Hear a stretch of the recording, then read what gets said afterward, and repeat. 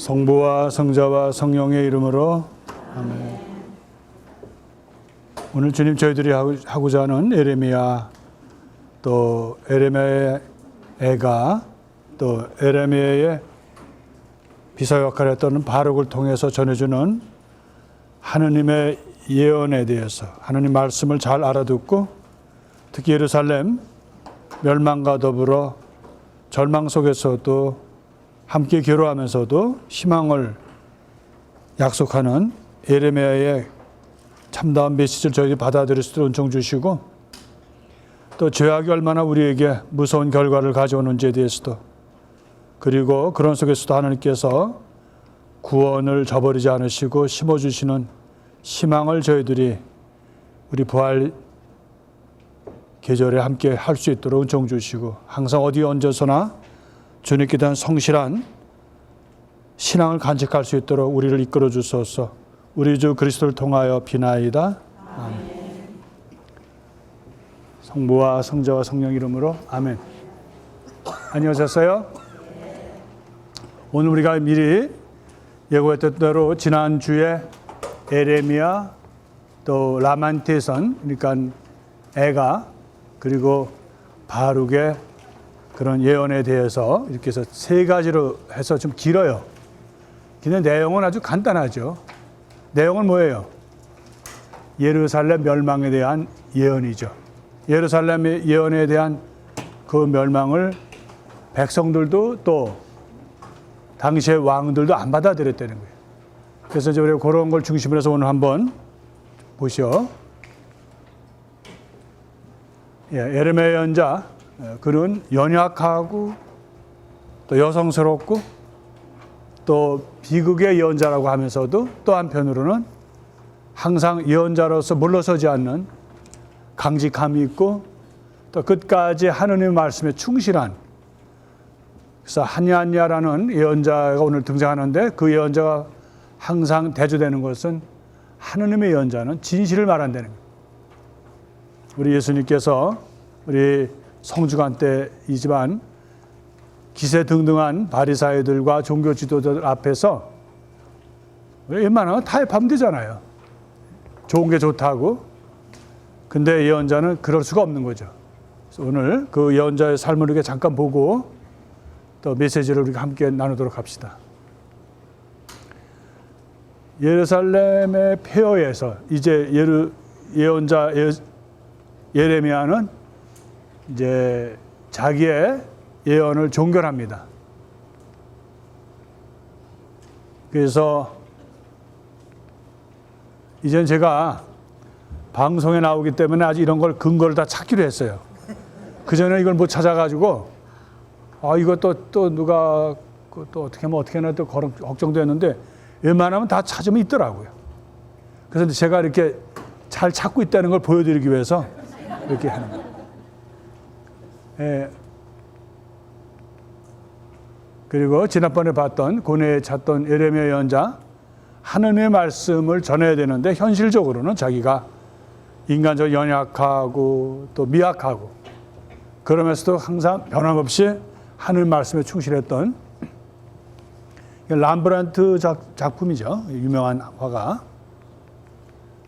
그 다음에 이거 바티칸의 산 시스틴 성당 벽화에 미켈란젤로가 그렸던 그림. 여기 아예 이렇게 썼잖아요. 히에로니메라고 썼잖아요. 라틴어로.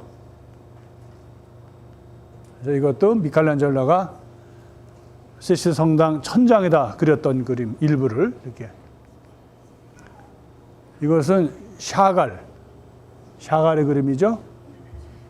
그래서 마크 샤갈인데, 이제 하느님께서 그 예레미야를 부르시죠. 부르실 때 대답하는 것이 자기는 아이라서 하늘 말씀을 전할 수가 없다라고 얘기를 합니다. 우리가 보통 우리가 예레미야의 예언자의 모습일 거예요. 하느님 우리에게 어떤 소명 주시면 대개는 핑계대고 또 우리 약한 점에 머물죠. 내가 해낼 수가 있을까? 내가 참 어렵다. 그래서 미루거나 물러서죠.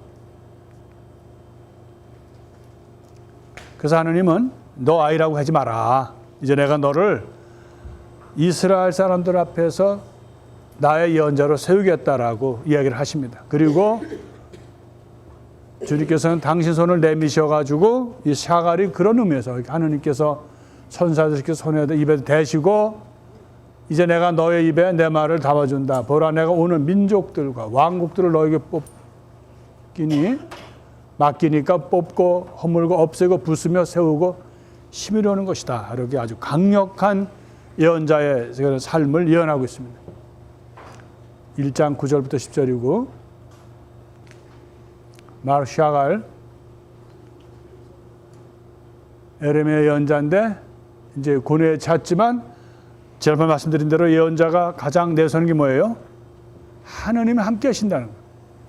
하느님이 함께 하시는 것을 믿을 수가 없죠. 왜냐하면 하느님 보이시지 않으니까. 우리가 신앙생활에서 가장 당혹스러운 거는 하느님이 이렇게 내가 볼 수 있고 내가 만질 수 있으면 그러면 하느님 믿을 텐데 하느님은 보이지 않고 또 내가 겪는 이 고통이나 상황은 긴박하고 그래서 사람은 항상 흔들리게 돼 있어요. 하느님은 좀 뒷전이시고 나의 현실은 앞전이고 당장 필요하니까. 근데 여기 샤갈이 내세우는 것이 하나는 하느님이 보이지 않게 함께 하신다는 것을 보여주고 있죠. 그 예레미야는 굉장히 수심에 차 있고 고통에 차 있어. 왜? 조국의 앞날은 희망이 아니라 절망이거든요. 멸망이거든요.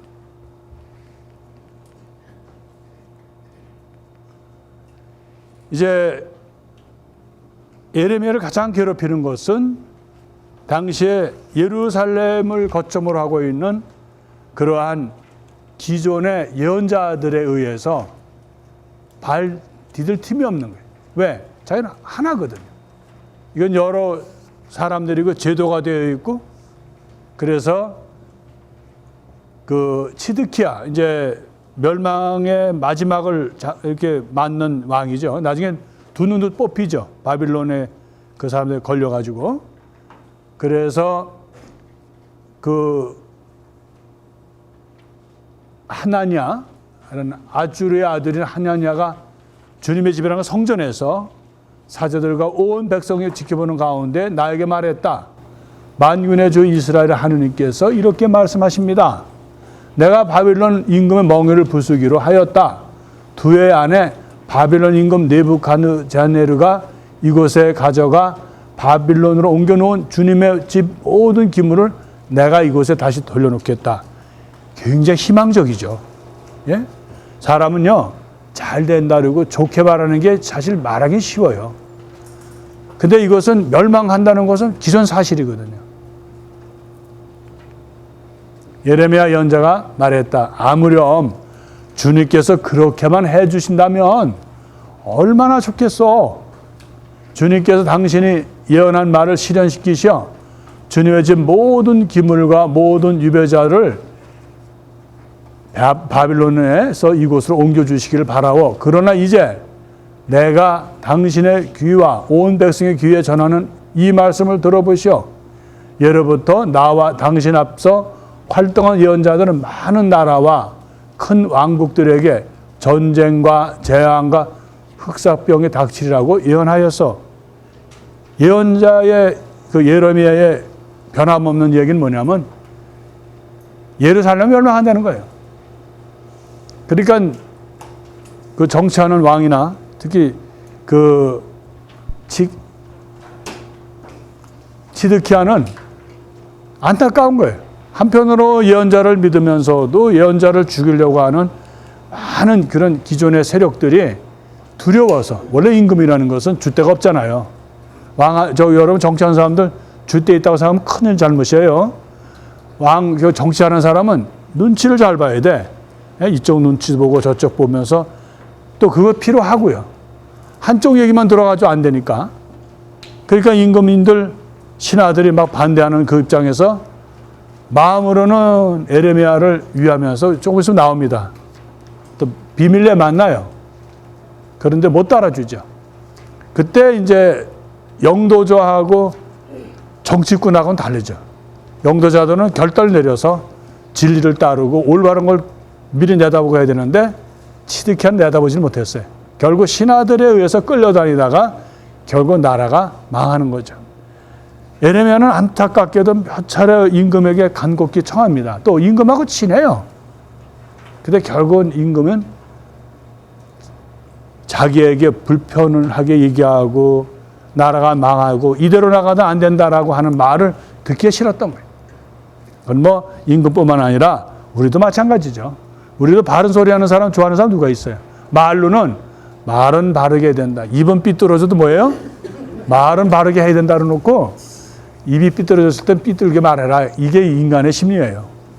그게 여러분들 부부지간에도 듣기 싫으면 아유 또 잔소리라고 돌려버리잖아요. 근데 사실은 부부가 제일 슬픈 건 뭐예요? 서로가 정말 맞는 말을 하고 있다는 거예요. 그죠? 틀린 말을 하게 하는 게 아니라 맞는 말을 하기 때문에 괴로운 거지. 예? 왜 내 말을 안 듣냐 이거 내 말을. 내 말이 맞는데. 예레미야 예언자가 한나니야 이거 원래는 한나니야 옛날에 그런데 또 이거는 세번역에는 또 발음도 어렵게 혀도 잘 안 들어오게 한나니야 이렇게 예언자에게 말하였다. 한나니야 잘 들으셔. 주님께서 당신을 보내지 않으셨는데도 당신은 이 백성을 거짓에 의지하게 하였어. 그러므로 주님께서 이렇게 말씀하시오. 내가 너를 땅 위에서 치워버리리니 올해에 네가 죽을 것이다. 너는 주님을 거슬러 거역하는 말을 하였다. 하나냐 예언자는 그해 7째 달에 죽었다. 이렇게 나옵니다. 이제 이거는 예레미야에도 나오지 나중에 그 열왕기도 나오는 얘기죠. 여기서 우리가 예언자의 삶을 보면 예언자가 왜 이렇게 슬프고 어렵냐면 바른 소리를 해야 되는데 바른 소리를 하게 되면 어떤 일이 벌어져요? 고통이 따르고 자칫하면 죽음을 초래하죠. 우리 성주간 때 예수님께서 좀 빌라도 그러잖아요. 나는 너를 살려줄 권한도 있는데 왜 제발 좀 너를 위해서 말을 하라 그랬는데 예수님은 끝까지 진리만을 말씀하시잖아요. 아마 예언자의 표양은 아마 예수님일 거예요. 예수님이 어느 누구에게도 일대 다수잖아요. 예수님 혼자고 전부 군중은 다수예요. 예언자 갖고 있는 아픔은 그거예요. 내 편이 없다는 거예요. 다 나의 적이고 나에게 등을 돌리고 또 나를 죽이려고 한다 하는 얘기죠. 그래서 하느님은 그러나 하나인 예언자에게 항상 힘을 실어주고 보이지 않는 것이지만 예언자는 항상 하느님께 의지하고 끝까지 자기 일에 성실하다는 거. 왜 이걸 했느냐? 요 뒤에 이게 뭘 것 같아 이게요. 사람은 잘생기고 봐야 돼. 예? 이 그림을 보면서 예언자가 이렇게 썩 그렇게 그죠? 그 호감에 있는 이게 뭐예요 이게 이 뒤에 있는 게 멍에예요 멍에. 여러분 멍에 알잖아요. 소나 말에게 이렇게 일하기 위해서 왜 뒤에 씌워가지고 하는 거 있잖아요.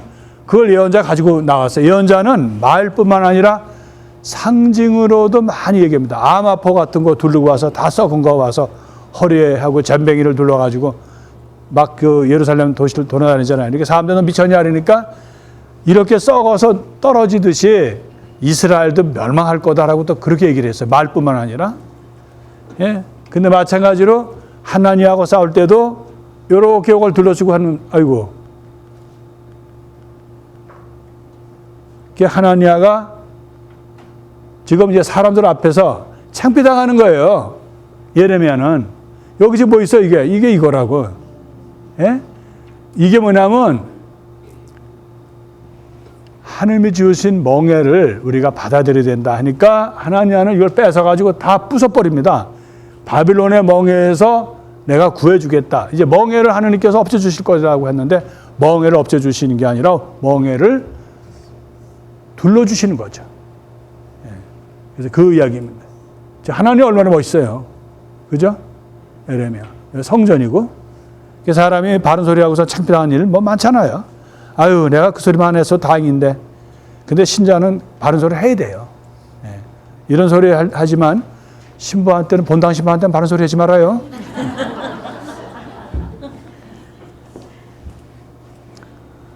대신들은 예레미야에게 화를 내며 그를 때리고 요나탄 서기관 집에 있는 구덩이에 가두었다. 아무리 얘기를 해도 예루살렘 멸망한다 이러니까 화가 난 거예요. 그래서 그것을 감옥으로 만들었던 것이다. 예레미야는 천장의 둥근 저수 동굴에 들어가 오랫동안 그곳에 갇혔어요. 입구도 없는 그런 진퉁 그 저수지 같은 데다가. 예. 그래서 어떤 화가가 또 예레미야가 아주 죽음과 같은 그런 어두운 데 갇혀서 바른 소리 했다는 이유로 그렇게 했다 하는 얘기입니다. 조금 전에 그 왕이죠. 시드키야라고 하는데 시드키야가 예레미야를 만납니다. 왜? 마음으로는 예레미야가 하나님의 연자인데 말을 들어줘야 되겠는데 대신들은 반대하지. 그러니까 제발 예레미야가 말만 바꾸면 되는 거야. 야, 그러지 말고 이집트가 지금 이집트에 많이 의존하고 있거든요. 이집트가 당장 강대국이니까. 바빌론은 이제 잘하는 되는데 모르는 거예요. 미래를. 근데 예레미야는 차라리 바빌론에게 차라리 받아들여라. 타협을 해라.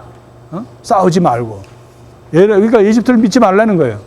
근데 이 사람들은 당시까지도 예레미야가 이집트가 굉장히 막강했던 나라니까 그 미친놈 아니냐. 왜 자꾸 이집트 여지까지 우리의 종주국이 우리가 믿었던 그런 제국은 버리고 시원찮은 바빌론에 의지하냐. 그러니까 이제 지들끼리 할 수 없이 사람을 시켜서 예레미야를 데려왔다. 임금은 자기 궁궐에서 그에게 은밀하게 물었다. 주님께서 무슨 말씀을 하지 않으셨어? 예레미야가 대답하였다. 계속해서 그는 임금께서는 바빌론 임금의 손을 넘겨주실 것입니다 하고 말하였다. 기분 좋아요, 안 좋아요? 이거 또 그 얘기는 안 바꾸고 그렇게 얘기하는 거예요. 그래서 그리고 예레미야는 시드키야 임금에게 호소하였다. 제가 임금이나 임금님의 신하들이나 백성 무슨 잘못을 저질렀길래 저를 감옥에 자꾸 가두십니까? 진탕에다 가두거나 또 저 굴에다가 또 가둬요. 조금 이따 또 나와요. 네. 자기도 괴로운 거지. 하느님이 제발 자기가 그런 신부름을 안 시키면 좋죠. 좀 대접받는 얘기, 또 사람들에게 구미에 맞게끔 희망적인 얘기를 하면 좋은데, 멸망한다는 얘기를 하라니 사실 예언자도 죽을 맛이죠. 근데 예언자 누구예요? 사람에게 충실하지 않고 하느님에게 충실한 거죠. 여기 이제 에벤멜렉이라는 사람은 잘 알려지지 않은 사람인데 이 사람이 그 사람 데리고 의복 창고로 갔다. 왜냐하면 야 그렇게 했다가는 이제 집어넣거든요. 다시 또 감옥에다 그 저수지 안에다가 또 동굴에 집 가둬놨어요. 이러다가 죽겠다. 살리자 그래서 또 예언자를 죽이면 되겠냐. 그래서 또 예언자가 귀가 얇아가지고 왕이 그러면 안 되겠다 해서 이 사람을 시킨 거예요. 그래서 거기다가 누더기를 꺼내가지고 그것을 저수 동굴에 갇힌 예레미야에게 내려보내는 거죠. 예? 예레미야에게 말했죠. 해진 옷과 누더기를 양쪽 겨드랑이에 이렇게 해가지고 끼워 넣어라. 그럼 우리가 땡기겠다. 그래서 그 구덩이에 또 갇혀가지고 있었던 그것을 예레미야는 그래서 살려떼는 거예요. 즉 그 그림입니다. 예? 예레미야.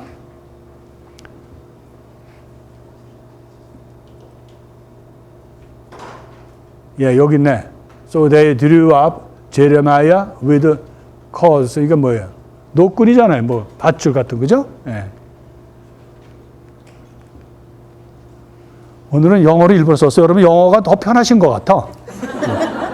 그래서 하소서 본당에서 앞에 영어로 얘기할 거니까 잘 못 알아듣게 할 때는 내가 영어로 얘기할 거예요. 왜냐면 내 발음이 별로 안 좋잖아요.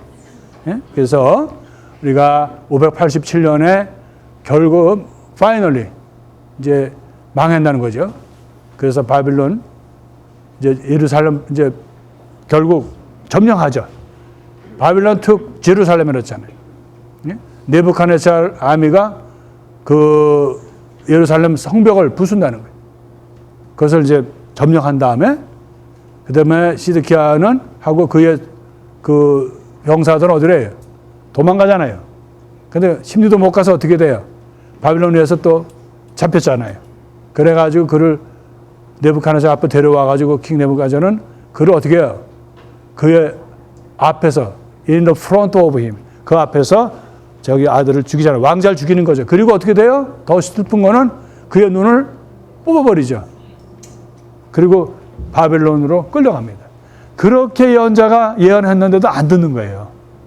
사람 그만큼 어리석은 거예요. 이해하시겠죠? 예, 본당 신부 1번이에요. 어리석은 건. 아셨죠? 겸손해서 이런 말 하는 거예요. 본당 신부도. 예.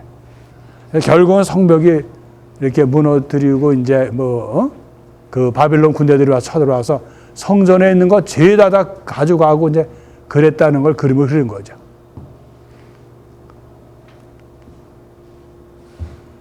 그래서 이제 우리가 오늘 제일 중요한 주제인 예루살렘 멸망에서 조금 어떻게 썼는가.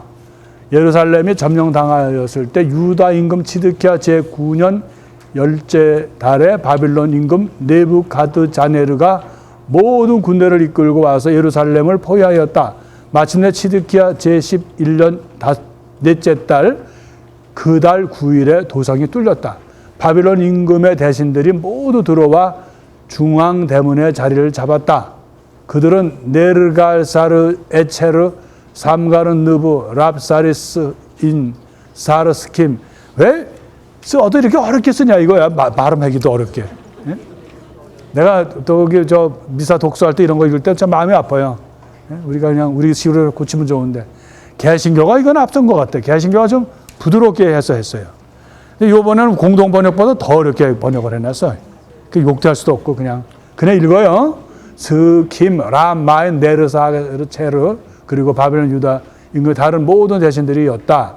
유다 임금 치드키야와 모든 군인들은 그들을 보고 밤을 틈타 왕실 정원길을 따라 성벽 사이로 통로를 지나서 도성 밖으로 빠져나갔다. 그러고 나서 그들은 아라바 쪽으로 갔다. 그러니까 아라바 쪽이면 동쪽이죠. 또 자세히도 설명했어 성경이. 그죠? 도시 사이에 그 성벽 사이로 숨어서 갔다는 것까지 그리고 붙들렸다는 것까지도 자세히 써놨어요. 예? 그러나 칼데아 군대는 그러니까 바빌론이죠. 그들을 뒤쫓아가 예리코 벌판에서 치드키야를 사로잡았다. 그들이 그를 끌고 하마 땅 리블라에 있는 바빌론 임금 네부갓드네자르에게 데려오자 네부갓드네자르는 그에게 판결을 내렸다. 아까 말씀드린 거예요. 그 앞에서 왕자를 죽이고 두 눈을 뽑았다는 얘기. 예? 예레미야 39장. 예, 그렇게 해서 이제 예루살렘 멸망이 예레미야에게는 가장 큰 주제입니다. 이것은 이제 바룩에게 이제 예레미야가 자기 비서 겸 서기관이었다 나오죠. 그래서 이제 자기 대신 예언을 하라고 해서 그래서 바룩 이제 예언대가 되는 거죠. 지난번에 봤던 겁니다. 여기도 이게 바룩, 프로페트 요 끝에가 접이겠죠. 근데 사람은 잘생기고 봐야 돼, 그죠? 예레미야 예언자가 네리야의 아들 바룩에게 한 말이다. 바룩은 유다 임금 요시야의 아들 여야킴 제4년에 예레미야의 입에서 직접 이 말씀을 받아 책에 적었다. 주 이스라엘의 하느님께서 너 바룩이 이렇게 말씀하신다. 너는 불행하여라. 이 내 신세. 주님께서 내 고통에 슬픔을 더해 주시니 나는 탄식으로 기진하고 안식을 찾을 수 없구나 하고 말한다. 무슨 말이에요? 똑같이 바룩에게도 예루살렘의 멸망과 이스라엘의 멸망을 예언한다는 거예요. 그게 예레미야의 가장 큰 슬픔이죠. 다섯째 달 초여름날 바빌론 임금 네부갓네자르 제19년에 바빌론 임금을 면전에서 섬기던 느부자르아단 친위 대장이 예루살렘에 들어왔다. 그는 주님의 집과 왕궁과 예루살렘의 모든 집을 태웠다. 이렇게 그는 큰 집을 모두 불태웠다. 또한 친위 대장이 이끄는 칼데아인들의 모든 군대는 예루살렘 성벽을 돌아가며 모두 허물었다라고 합니다. 예. 그래서 이 성벽을 불태우고 군인들은 돌아가면서 사방을 다 헐어서 예루살렘 성을 점령시켰다 하는 얘기입니다. 예레미야의 애가 이제 그 다음에 이제 이어지는 게 예레미야의 애가죠. 성사가 우리들에게 주는 위대한 것은 지나간 이것을 다 회상해서 쓴 이야기도 되거든요. 자기들의 죄와 자기들의 부족한 것, 자기들이 저질렀던 그런 일과 불행하고 참혹했던 일을 그대로 얘기한다는 거예요. 많은 사람들은 자기의 부족함을 감추려고 하죠. 자기의 죄악을 감추려고, 그래서 또 다른 악을 저지르죠. 근데 성경은 또 하나님의 이야기, 구원의 이야기는 우리들에게 그 비참했던 그 일을, 그 자기들의 죄를 저질렀던 그런 일과 또 되게도 하나님의 말씀과 예언자들을 말씀을 안 듣고 말씀을 안 들었을 뿐만 아니라 죽이기까지 하고 위협했던, 그래서 우리가 보잖아요. 바른 소리를 듣는 게 이렇게 어려운 거예요. 그래서 결국 그것을 다시 에레미야는 이렇게 5장에 이르러서 지난번에 한번 봤다가 다시 우리 복습해요. 예루살렘의 참상에 대해서 이제 나옵니다. 우리가 지금 본문을 여러분들 나눠드린, 그리고 이제 원수 같으신 하느님, 하느님이 이럴 수가 있나라는 거예요. 아주 재밌게 번역했어요. 하느님 그래 잘한다. 다 해놓고 다 죽이시네. 자기 자식을 죽이신다. 죽이셔. 그래서 하느님을 원망하면서 얘기하는 거예요. 그래서 원수 같으신 하느님. 여러분도 많이 써먹어요. 뭐 성서에 있는데 뭐. 우리 하느님 욕할 때 이거 써먹으면 참 좋아요. 알았죠? 예. 특허요, 특허. 이 망할 하느님 이렇게. 그 다음에 셋째에 가는 고통과 희망. 고통을 주시면서 하느님은 희망을 주신다는 거예요. 우리 신앙인들은 완전한 절망은 없어요. 또 우리의 삶이 마찬가지잖아요. 그래서 오직하면 우리도 그런 말 있잖아요. 하늘이 무너져도 솟아날 구멍이 있다. 우리가 철저하게 절망할 필요는 없어요. 절망 속에는 항상 희망을, 하느님은 한쪽 문을 닫으시면 또 다른 문을 열어주신다. 우리 교회 어른들은 그렇게 가르치잖아요. 그래서 우리가 절대로 절망하지 마라. 당장 절망스럽고 바닥에 앉고 끝인 것 같아도 그렇지 않다. 지난번에 어느 부부가 정말 옛날부터 알았던 부부인데 그렇게 정답고 잘 살고 인고 부부라고 그랬던 부부가 사업 때문에 그러는지 아주 해서 참 마음이 아픈 거는 그 아주 갈 때까지 간다고 생각을 해요. 그래서 이제 뭐 우리는 끝났다. 우리는 이제 다시는 이제 만날 일도 없고 법정에서 만나자 뭐 이러고 나가서 본당 신부에 제일 잘하는 말 중에 하나가 뭐예요? 잘한다 이래지. 네, 잘한다, 잘해. 그게 되나요? 본당 신부한테 일단 들어가면 잘 안 돼, 그게. 끝나긴 뭐가 끝나. 그래가지고 또 참 부부들은 이해하는 못하는 게 아니라 당장 죽일 것 같고 뭐 어쩌고 저쩌고 해도 눈꼴 사나울 정도로 또 다정해요, 또. 네. 그래서 그거 이제 안 써먹어 넘어가. 이날에는 그냥 자기 남편 죽일 놈 뭐 또 자기 분 보고 뭐 어쩌고저쩌고 하면서도 이거 큰일 난 줄 알았어요. 큰일 나긴 뭐가 큰일 나. 눈꽃 사나운 일만 벌어지더라고요. 싸울 땐 언제고. 그래서 이렇게 고통과 희망을 주시고 이제 징벌하는 그 처참한 얘기를 보여줘요. 하느님께서 이렇게 징벌하신다는 거. 그리고 이제 끝으로는 하느님께서 그래도 이스라엘의 죄를 짓고 이스라엘의 말을 안 듣고 목대 먹어서도 그래도 하느님께서 뽑으신 백성이니까 그래서 버리지 마시고 좀 희망을 주십시오 하고 기도를 합니다. 아마 우리 신앙인의 모습일 거예요. 우리가 마지막에 할 수 있는 게 뭐예요? 기도죠. 어떻게 보면 기도가 가장 약한 사람의 호소인 것 같아도 그렇지 않아요. 신앙인은 하느님께 연결하거든. 신앙인은 인간적인 거로 계속 그렇게 해보다가 이제 절망하고 이제 아주 기진하고 이제 덧정이 없고 이제 그러다가 마지막으로 찾는 게 하느님이죠. 근데 재밌는 건 하느님은 그때도 이제 늦었다. 너무 이제 늦게 지금 네가 요청했어. 없어요, 하느님은. 지금이라도 잘했다 해서 함께 해주신다는 게. 그게 신앙인의 놀라운 힘이에요. 기도해 주는 거. 벼락을 맞았습니다라는 데에 그 제가 지금 주인공 이름을 잊어버렸습니다만은 그 콜롬비아가 거기 있는 걸로 알고 있는데 그래서 그 사람 벼락을 맞아서 이제 죽게 됐는데 신문을 딱 보고 어떤 이제 목수일인가 뭐를 하는 분이 빵을 싸기 위해서 했던 걸 가지고 먹다 보니까 거기에 이렇게 벼락을 맞아가지고 한 교수가 치과 의사가 동생은 죽고 그 사람은 살았다는 거 비참한 얘기나 다 타가지고 그래서 이제 기도를 하죠. 물론 다 가톨릭 신자니까 거기도 뭐 라틴 아메리카 안 그랬겠어요? 나중에 이 사람이 그 주인공이 살아나서 예수님께서 하시는 말씀, 네가 살아난 거는 전혀 나하고 관계없는 그런 사람이 신문을 이렇게 빵에 쌌던 신문 쪼가리를 보고 너를 위해서 네가 누군지도 모르고 기도한 그걸 내가 들어줬다. 그런 대목이 나와요. 우리가 기도하는 거 걔네 할 말이 없기 때문에 그래서 하는 것처럼 보일 수도 있어요. 근데 예레미야 예언자나 또 신앙인의 또 우리 성인 성녀들이 보여주시는 가장 큰 결론은 뭐냐면 기도라는 거예요. 우리 성모님도 보면 인간적으로 안 흐르시잖아요. 주님의 종으로 당신을 낮추시잖아요.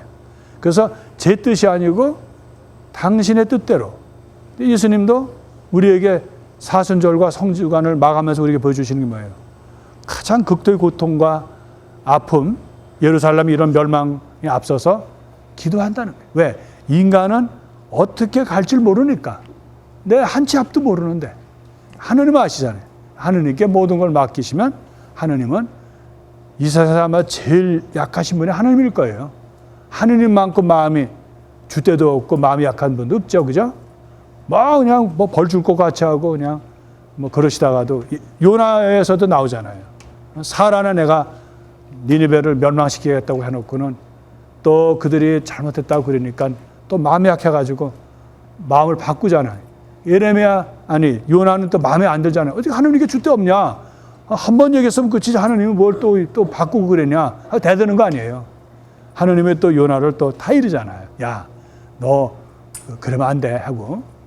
그래서 아주가리 심어주고선 아주가리가 이렇게 하고 햇볕이 가를 때는 좋다 그러다가 할 때 벌레를 보내서 다 썰어 먹게 하고서는 땡빛이 나니까 막 짜증을 내니까 야, 너는 아주가리 하나 가지고 이렇게 화를 내는데 저기에 지금 몇만 명 젊은이들이 살아있는 저 성에 네 말대로 멸망시키면 되겠냐? 그들 잘못했다 그랬는데 봐줘야 되지 않겠냐라고 하거든요.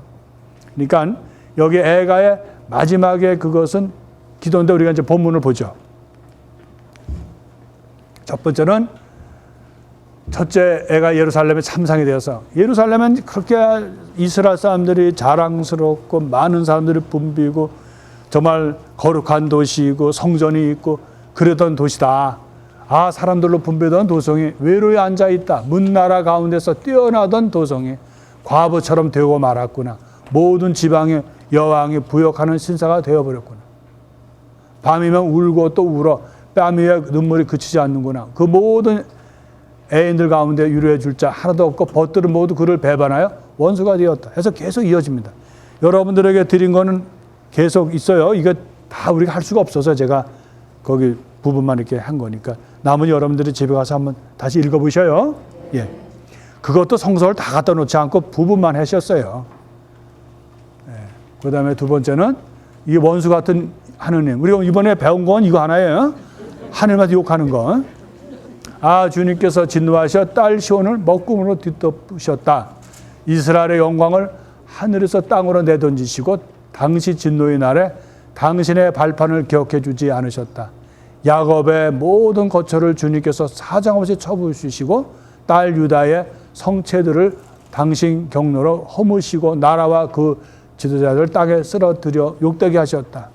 주님께서는 타오르는 진노로 이스라엘의 모든 뿔을 꺾으시고 원수 앞에서 당신 오른손을 거두셔 사방을 태우는 불길처럼 야곱을 사르셨다.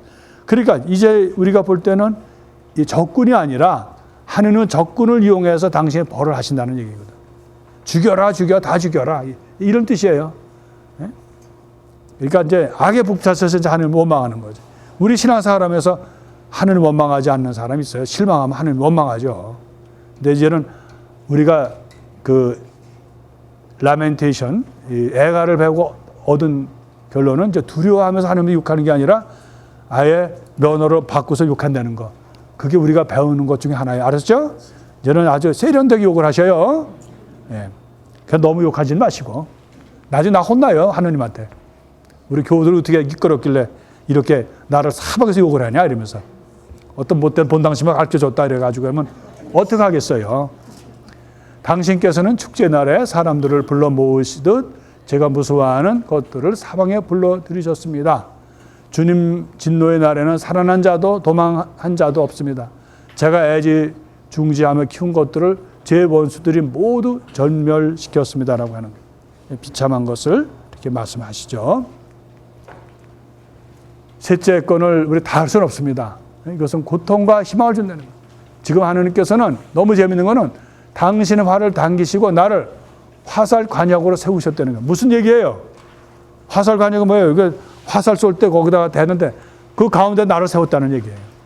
하느님은 어떻게 그럴 수가 있냐 이 뜻이죠. 나는 온 백성 웃음거리가 되고 날마다 그들에게 조롱의 노랫거리가 되었네. 그분께서 나를 쓴 나물로 배불리시고 쓴 흰쑥 물을 마시게 하셨네. 내 이가 자갈을 씹어 부서지게 하시고 나를 땅에다 짓밟으셨네. 그러나 맨 끝에 보면은 나쁜 것도 38번에 보면 나쁜 것도 좋은 것도 지극히 높으신 분의 명령에 따라 일어나지 않는가. 그러니 살아있는 인간이 무엇을 한탄하리요. 저마다 제 잘못을 한탄할 수밖에. 우리의 길을 성찰하고 반성하여 주님께로 돌아가세 해서 우리가 의지할 곳은 우리의 희망인 하느님밖에 없다. 이런 뜻으로 얘기하는 거죠.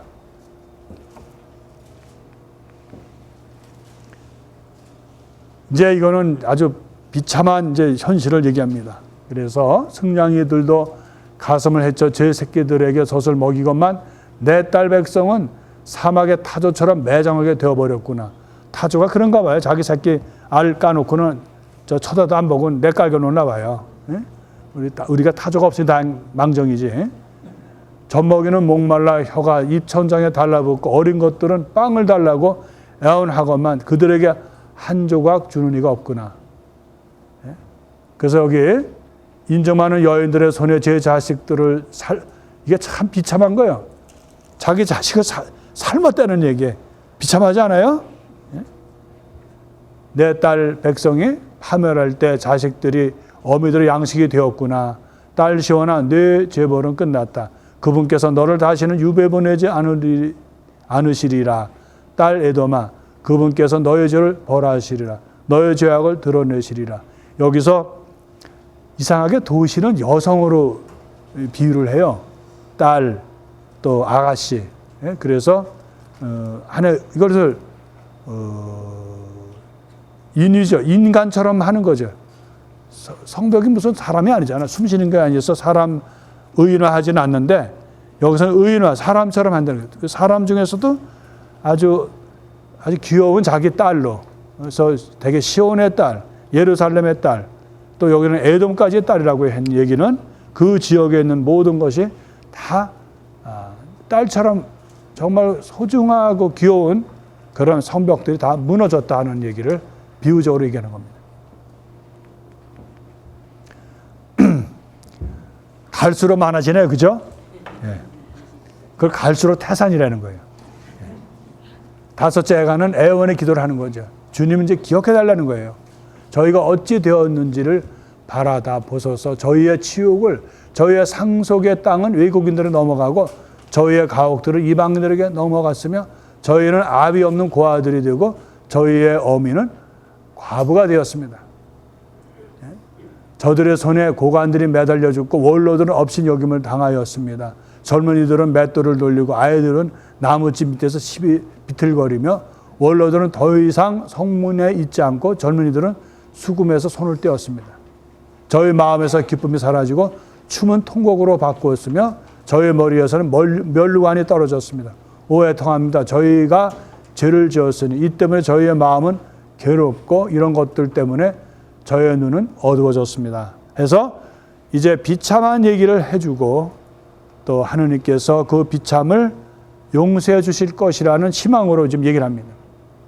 그래서 어찌하여 저희를 끝내 잊으시려 하십니까? 어찌하여 저희를 영영 버리려 하십니까? 주님 저희를 당신께 되돌리소서. 저희가 돌아오리이다. 저희의 날들을 예전처럼 새롭게 하여 주소서. 정녕 저희를 물리쳐 버리셨습니까? 저희 때문에 너무도 화가 나셨습니까? 하느님을 원망도 해보고 마지막에 하느님께 애원하고 하느님께 희망을 거는 것이 이 예언자의 마지막 백성들을 위해서 함께하는 기도가 되는 것이죠.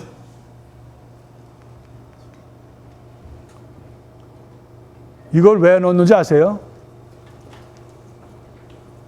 여러분 모르실 거예요. 그림이 하나 남길래 걷는 거예요. 왜냐면 너무 글만 있어서 여러분 지루하실까 봐. 바룩서.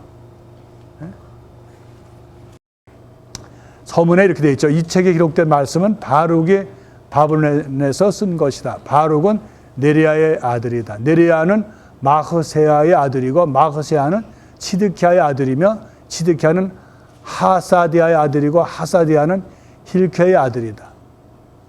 끝났으니 다행이네. 이가 계속 이어지면 얼마나 힘들겠어요. 혀도 잘 안 돌아가는데. 바룩은 갈대아인들이 예루살렘을 점령하여 불태운 지 5년째 되던 해 그 달 초일의 날에 이 책을 썼다. 그는 이 책에 나오는 임금을 유다 임금 여호야캅의 아들 여효냐와 그의 말씀을 들을 온 백성이 귀를 기울이는 가운데 낭독해 주었다. 하늘의 말씀을 그 얘기예요. 참회의 기도 이제 두 번째는 바룩서에 이제 고백을 하죠. 자기들이 바빌론의 유해를 온 그 이유는 백성들이 이제 죄를 지었기 때문이다. 하느님 말씀을 안 듣고 예언자 말을 기울이지 않고 심지어는 하느님께 의지하지 않았기 때문이다. 그리고 여기서 또 얘기는 이방인에 와서 바빌론에 와서 그들이 하는 일이라는 건 뭐예요? 이방인들의 신에 절하고 이방인들을 거기에 자기의 희망을 얘기한다는 거예요. 그것도 잘못이에요. 하느님을 잊어버리고 이렇게 말하십시오. 주 우리 하느님께는 의로움이 있지만 우리 얼굴에는 오늘 이처럼 부끄러움이 있을 뿐입니다. 유다 사람과 예루살렘 주민들, 우리 임금들과 우리 고관들과 우리 사제들, 우리 예언자들과 우리 조상들에게도 부끄러움이 있을 뿐입니다. 우리는 주님 앞에서 죄를 짓고 그분을 거역하였으며 우리에게 내리신 주님의 명령에 따라 걸으리라는 주 우리 하느님 말씀을 듣지 않았습니다. 우리 예수님이 위대하신 건요, 이걸 총망라해가지고 한마디 비유의 말씀을 하셨어요. 언제 하신 거 기억나요? 혹시? 여러분들 대답 안 하면 더 좋은데.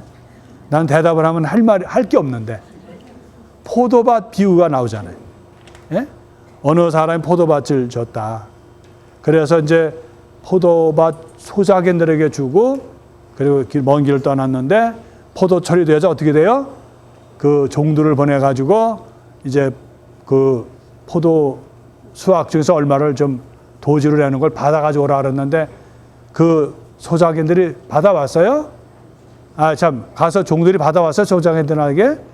순수히 주질 않고, 와서 때리기도 하고, 덜어는 죽이기도 했다. 또 한 번 보내니까 이건 뭐 똑같거든? 그러니까 이제 안 되겠다. 내 아들이야 그렇지 않겠지 하고 보냈다. 아들은 어떻게 해요? 한 수 더 떠가지고 때리기면서도 또 죽이기까지 했는데 아예 포도밭에서 저기다 버렸대. 왜? 포도밭에 그 상속인이기 때문에 그 사람 아예 없애버리자라고 했다. 예수님은 사실 이렇게 구약에 이런 걸 다 알고 계신 거죠.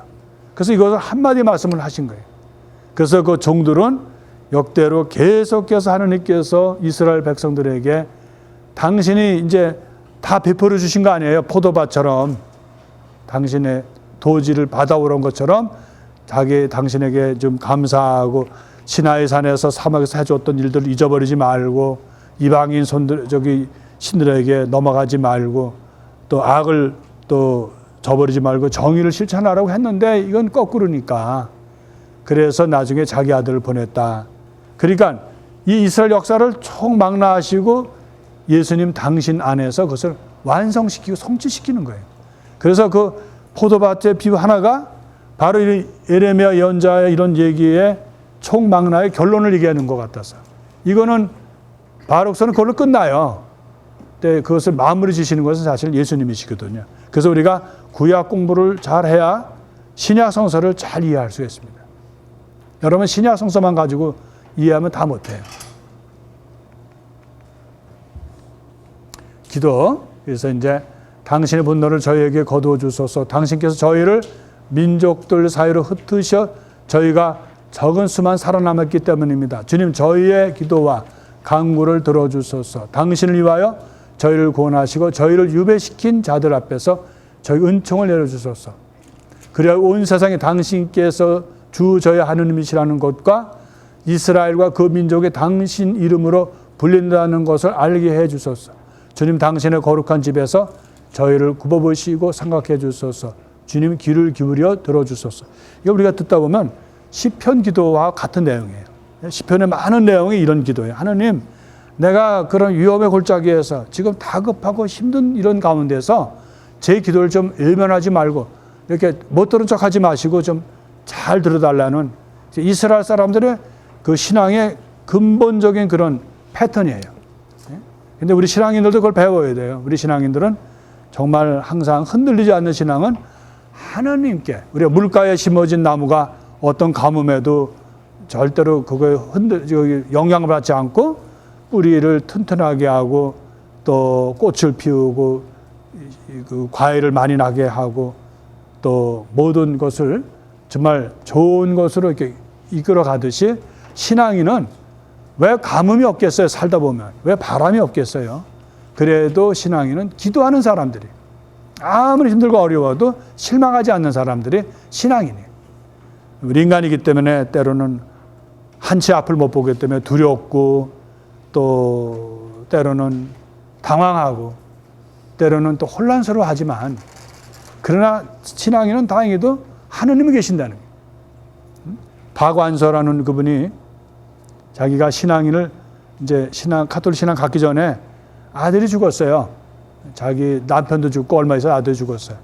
그때 자기가 신은 모르지만 얼마나 욕을 했는지 아끼 원수 같던 하느님이라고 그렇게 욕을 막 해댄 거예요. 데려가려면 다 데려가지, 나까지 데려가지 왜 나는 앵겨서 막 이런 식으로 해서 욕을 했대요. 나중에 신앙을 갖고 나서 그분이 이제 얼마 전에 돌아가셨잖아요. 그분이 회상하면서 이런 얘기를 해요. 그래도 자기 행복했던 거는 뭔가 의지하고 떠돌 수 있는 하느님이 계셨다는 게, 그게 너무 고마웠다 하는 그 회상을 하는 거예요.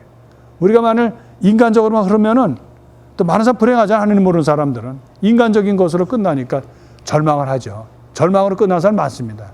하느님을 믿는 사람들은 절망 가운데서도 희망하는 사람들. 그래서 사도 바울은 그걸 뭐라고 표현했어요? 절망을 넘어서 희망하는 것, 그것이 정말 희망이다. 사람 실망해보지 않고 희망하는 사람은 그것은 신앙인이 아니다. 그래서 우리도 여기 있는 여러분들도 우리가 이민사에서 오면서 실망하지 않고 또 하느님을 원망하지 않은 신앙이 과연 있겠어요? 예레미야는 그럴 면에서 우리의 대변인이에요. 자기 하느님의 예언자 되기 싫어했거든요. 제발 좀 나 좀 가만둬라. 하느님 나 좀 놔두면 나는 정말 좋은 사람이고 좋은 일이 있을 텐데 하느님의 얘기만 하면 사람 날 죽이려고 하니까 나는 이제 하느님하고 이제 다시는 이제 하느님을 만나지도 않고 하느님의 그런 이름을 가지고 예언도 하지 않을 거라고 굳게 결심한다는 것이죠. 얼마나 하느님 일이 힘들고 싫었으면 그런 얘기를 하겠어요.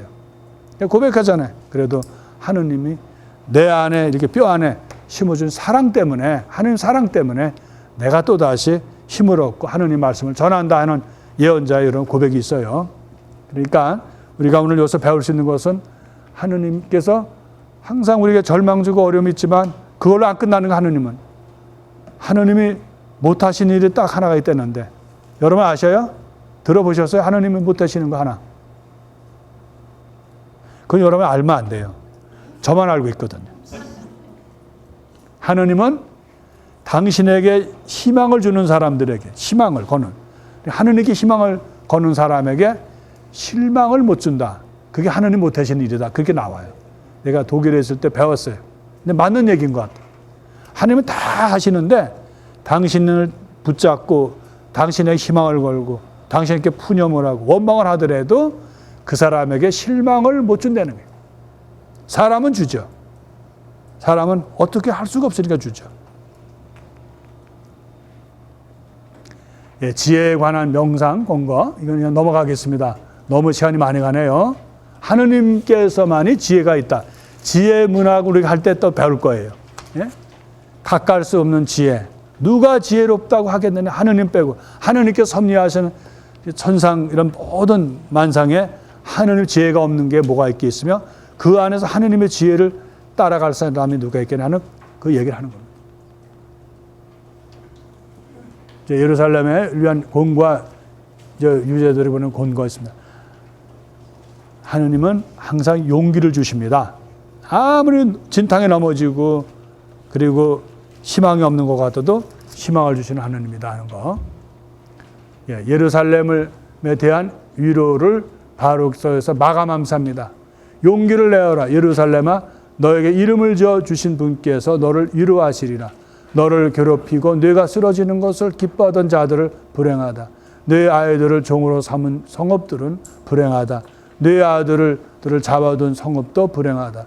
예루살렘아, 슬픔과 재앙의 옷을 벗어버리고 하느님에게서 오는 영광의 아름다움을 영원히 입어라. 하느님에게서 오는 의로움의 겉옷을 걸치고 영원하신 분의 영광스러운 관을 내 머리에 써라. 그렇게 얘기를 합니다. 오늘 우리가 너무 많은 양을 지금 공부를 했기 때문에 여러분들 좀 복잡하실 거예요. 또 말도 안 되죠. 한 시간에 지금 예레미야 애가 그 다음에 또 바룩서를 했으니까 다행히도 이 전체적인 게 예레미야의 그 신학이 담겨 있는 예레미야 예언서의 그 안에 들어가기 때문에 다행이죠. 오늘 여러분들과 같이 나눌 수 있는 그것은 우리가 그런 얘기 있잖아요. 언제든지 우리 삶은 고통이 있다는 거예요. 고통에 우리가 질리지 말고 고통을 원망하지도 마라 하는 얘기였습니다. 우리 왜 그런 말이 많잖아. 지금 내가 전화위복이라는 게 많아요. 전화위복. 지금 내가 생각할 때는 이게 나에게는 아유 복도 지지리도 없지. 아유 나에게 왜 이런 일이 벌어지나. 왜 다른 사람은 괜찮은데 왜 나에게 이렇게 병이 들고 나에게 이런 일이 벌어지고 하느냐 하는데 신앙인은 그것을 보면서 희망을 찾는 사람들이에요. 그래서 신앙인은 긍정적인 사람이에요. 어떠한 상황 속에도 오뚜기처럼 다시 일어날 수 있는 사람들이거든요. 가만히 보면요. 전화위복이라는 말이 참 그게 우리 신앙에 맞는 얘기인 것 같아요. 이스라엘 사람들이 지금 예루살렘 멸망되고 이렇게 다 해서 하느님이 자기들을 버리고 유배를 떠나고 사람들 앞에 추모를 당하고 이스라엘 잘한다. 지네 하느님이 뭐 지네만 사랑한다더니 하느님이 사랑하기는 뭐하나 저렇게 짓밟고 당신의 집까지 다 털리고 뭐 그렇게 우스운 하느님이 어딨냐. 웃음거리가 됐다 그러잖아요. 세상 사람들 이웃나라의 웃음거리가 되었습니다라고 한탄합니다. 그런데 과연 그것이 그걸로 끝날까요? 이스라엘의 신학이 더 깊어지고 신앙적으로 나간 것이 바로 이 바빌론 유배 이후에 예언서의 그 신학이 전혀 다릅니다. 이 열왕기나 이쪽에 있는 신학하고 역대기에서 이쪽으로 들어가면 틀려요. 그게 무슨 말이냐면 신앙에도 절망을 체험한 사람, 하느님을 철저하게 미워한 사람, 하느님께 버림받았다고 하는 그것을 체험했을 때 그것을 견디고 나간 신앙은요, 어디에도 흔들리지 않는 그런 신앙으로 나간다는 거예요. 때로 우리가 얄팍한 우리 신앙에서 더 깊어지도록 우리 기도해야 돼요. 많은 사람들은 이렇게 어떤 거 조그맣게 있으면 아유 하느님 감사합니다. 뭐 조그마한 하느님 감사합니다. 그러지 말라는 거예요. 왜? 감사합니다라고 할 때 또 고통이 따른다는 거죠. 그러니까 차라리 우리는 어려움 속에서도 어떤 시련 속에도 잘 나갈 수 있도록 그렇게 기도하라는 거. 그거 하나만 보고 감사하지 말고 내가 시련을 잘 이기고 고통을 이기고 나갈 수 있도록. 그래서 예레미야 예언자가 우리에게 주는 큰 교훈은 막다른 골목에 더 이상 짓밟힐 것도 없는 속에 갔을 때도 마지막 희망은 뭐예요? 하느님이라는 거예요. 그러니까 오늘 여러분들 저랑 같이 공부한 이것이 정신은 없습니다만 결론은 하느님은 이유 없는 고통을 주지 않으신다는 거예요. 아유 하느님이 나에게 이런 고통을 주시나 그러는데 아니라는 거예요. 다 나에게 내 교만이나 내가 우쭐거리고 내가 또 하느님을 떠날 수 있는 어떤 그런 계획에서 나를 묶어두시기 위해서 나를 때려치신다는 거예요. 그래서 사도 바울은 그러시잖아요. 하느님은 당신이 사랑하는 사람을 더 아프게 치신다라는 매를 드신다고 합니다. 근데 끝에 가서 이렇게 얘기해요. 사도 바울은 재미있게. 그러나 죽도록 패지는 않으신다. 이렇게 합니다. 고통이 있어가지고 죽은 사람 없다는 거예요. 그러니까 여러분들 우리가 오늘 우리가 묵주의 기도할 때도 고통의 신비가 있잖아요. 아마 이 예루살렘 이 멸망은 우리들에게 고통의 신비를 알려주는 거예요. 고통의 신비는 부활과 연결되어 있잖아요. 신앙인들에게는 절대적인 그 절망이 없어요. 하나님은 항상 한쪽 문을 닫아 놓으시고 절망스러운 것 같고 이제 끝난 것 같지만 이렇게 거기다가 희망을 또 걸어놔 주신다는 거예요. 그래서 여러분들은 절대로 실망하지 마셔요. 실망을 하시더라도 멋있게 하셔요. 성부와 성자와 성령의 이름으로 아멘. 영광이 성부와 성자와 성령께 전과 같이 이제와 항상 영원히 아멘. 성부와 성자와 성령의 이름으로 아멘. 다음 시간은 에제키엘서입니다. 에제키엘서는 이사야, 예레미야가 비교가 안 되게 재미있는 연서예요. 빠지지 말고 오셔요.